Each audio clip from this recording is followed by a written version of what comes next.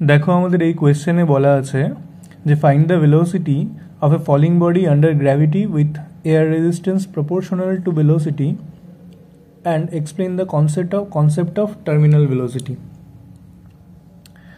তাহলে আমাদের কোয়েশ্চেনে বলা আছে যে আমাদের কাছে একটা পার্টিকেল আছে,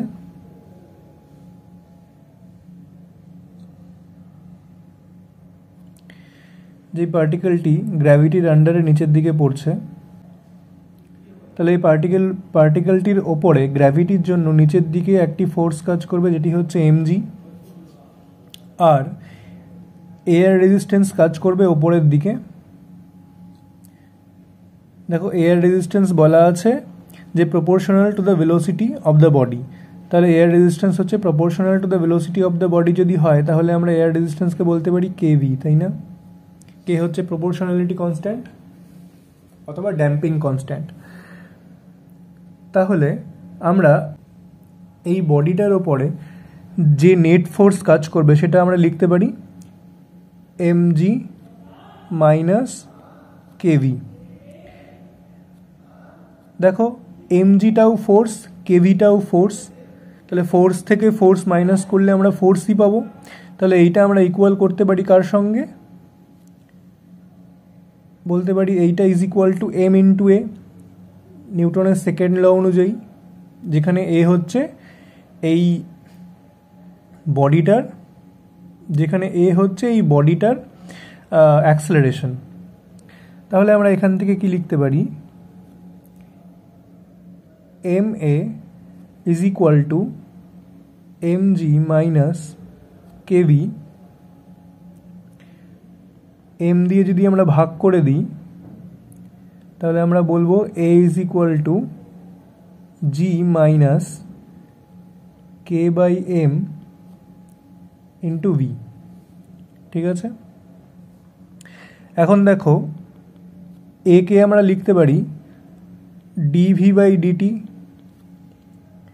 a মানে অ্যাক্সেলারেশনকে আমরা dv বাই dt লিখতে পারি। তাহলে এখান থেকে আমরা পড়ে থাকবে g minus k by m into v। এইবার দেখো তো আমরা এইটাকে এইভাবে লিখতে পারি কি না? dv divided by g minus km v, আর এখানে dt। এইবার যদি আমরা ইন্টিগ্রেশন করে দিই তাহলে আমাদের এখানে একটা প্লাস সি কনস্ট্যান্ট চলে আসবে। এখন আমরা এই নিচের জিনিসটাকে ধরে নিচ্ছি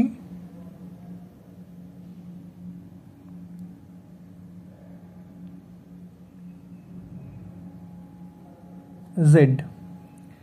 তাহলে আমরা এখান থেকে কি পাবো? Minus km dv is equal to dz। তাহলে আমরা dv ইজ ইকুয়াল টু কী পাবো? dv ইজ ইকুয়াল টু দাঁড়াবে আমাদের মাইনাস m বাই k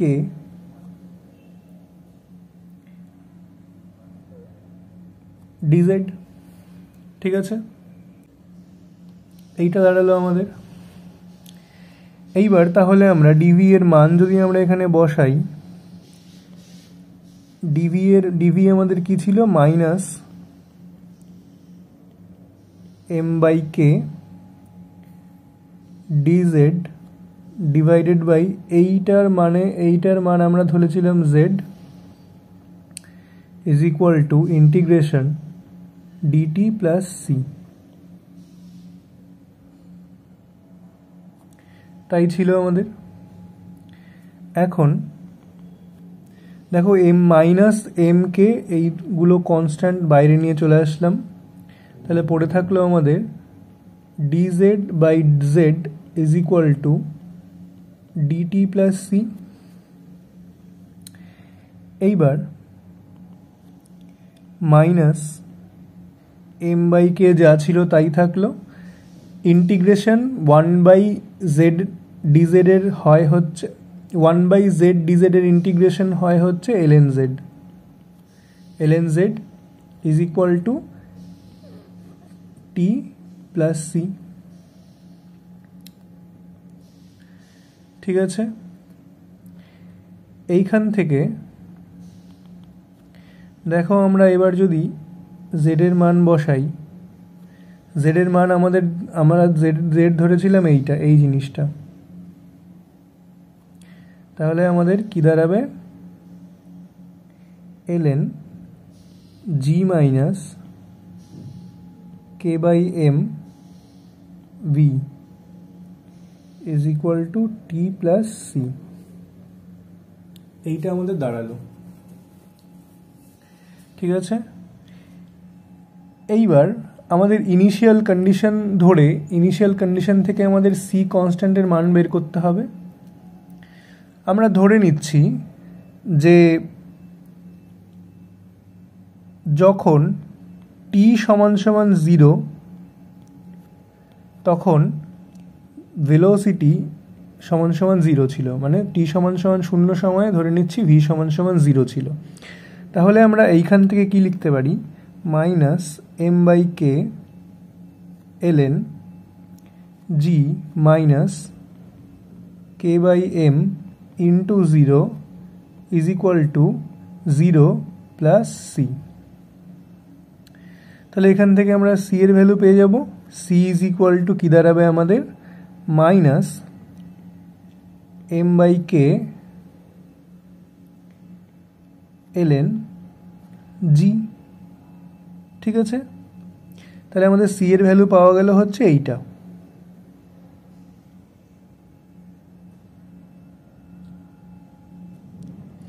এবার এই সি এর ভ্যালুটা আমরা এই ইকুয়েশনে বসিয়ে দেব। তাহলে hence minus M by K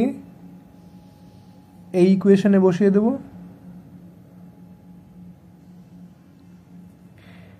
minus M by K ln G minus K by M V is equal to T plus C এর জায়গায় আমরা মান বসাবো minus M by K ln জি।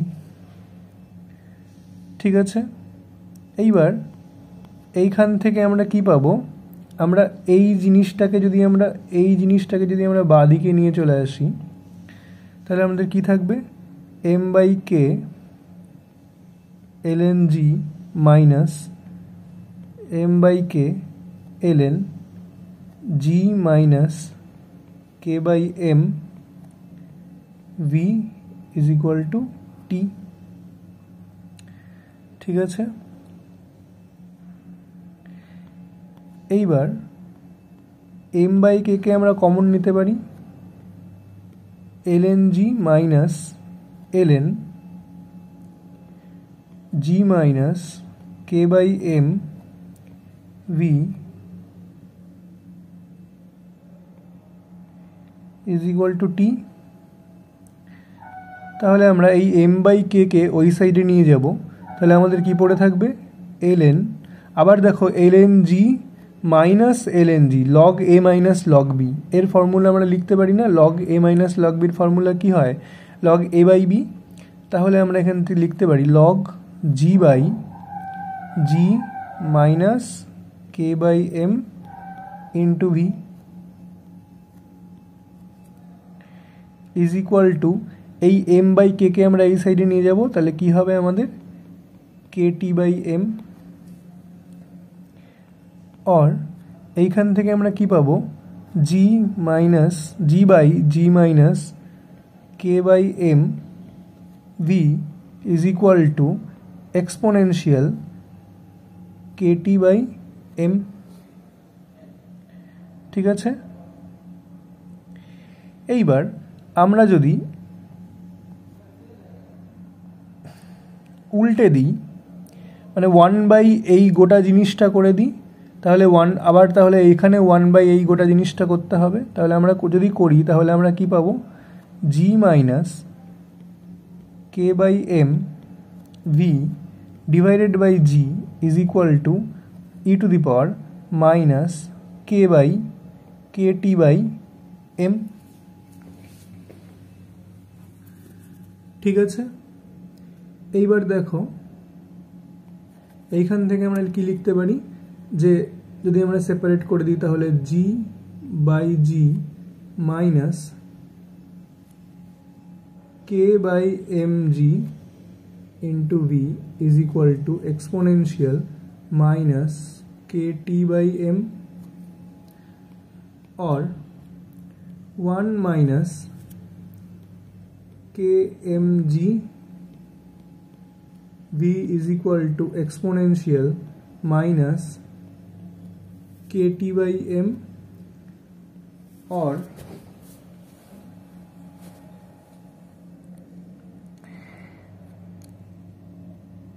এইটাকে এই সাইডে নিয়ে আসলাম আর এইটাকে এই সাইডে নিয়ে আসলাম, তাহলে কি লিখতে পারি আমরা, যে কে বাই এম জি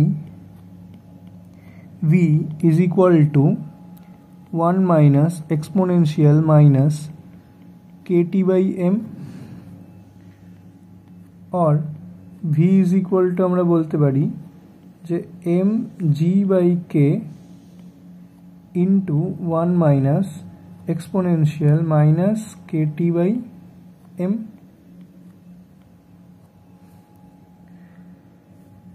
তাহলে আমাদের v দাঁড়ালো কি, v দাঁড়ালো হচ্ছে v is equal to mg by k 1 minus e to the power minus kt by m। এইটা দাঁড়ালো আমাদের ভেলোসিটি অ্যাট টি। তাহলে টি টাইমে এটা আমাদের দাঁড়ালো হচ্ছে এই বস্তুটির বেগ, তাই না?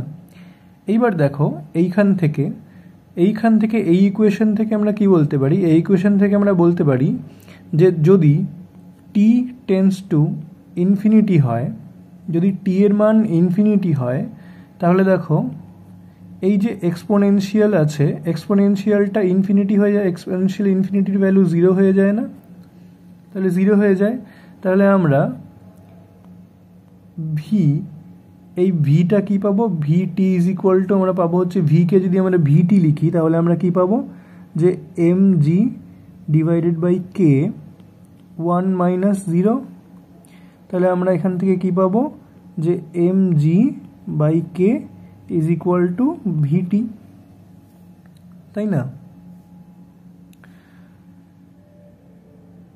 তাহলে এইখান থেকে আমরা কি লিখতে পারি, যে k vt is equal to mg।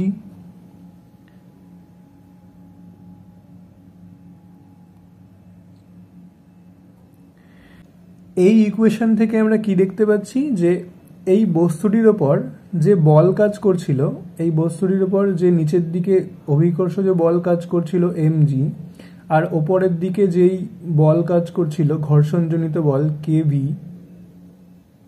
যদি টি সমান সমান ইনফিনিটি হয় তাহলে এই দুটো বল সমান হয়ে যাচ্ছে, বস্তুটির উপর কোনো ত্বরণ কাজ করছে না।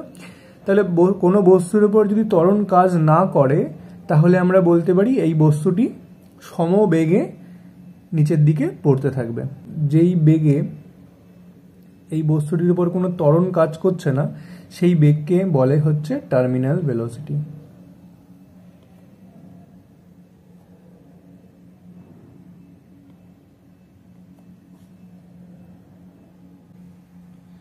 এইখান থেকে দেখো আমাদের বলে, আমরা ধরেছি g is equal to 9.8, k is equal to 1, m is equal to 1।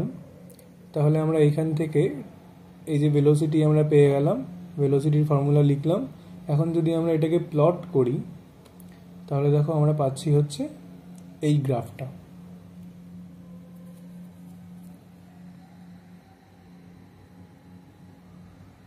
এই গ্রাফ থেকে দেখো আমরা দেখতে পাচ্ছি যে আমরা ভেলোসিটি আর ভার্সেস টাইমের গ্রাফ প্লট করেছি এই ইকুয়েশন থেকে।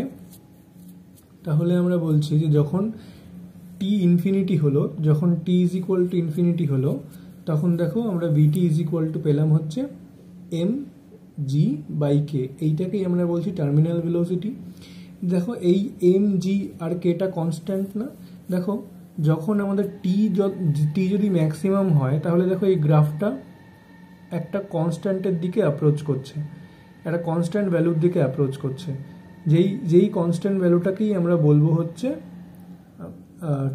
Terminal velocity. এই প্লটের ক্ষেত্রে আমরা ধরেছিলাম m is equal to 1, g is equal to minus 9.8, d is equal to 9.8 আর k ইজ ইকুয়াল টু 1। তাহলে এইখান থেকে আমরা vt কত পাবো? vt আমরা পাবো হচ্ছে m ইন্টু 1, g মানে 9.8 বাই 1 মানে k, মানে vt ইজ ইকুয়াল টু আমরা পেয়ে যাব হচ্ছে 9.8। তাহলে দেখো এই জিনিসটা দেখো, এইখানে যে কনস্ট্যান্ট হচ্ছে এইটা 9.8, এইটার মান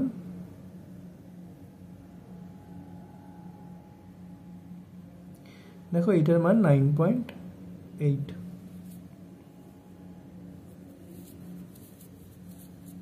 তাহলে এটাই আমাদের টার্মিনাল ভেলোসিটি।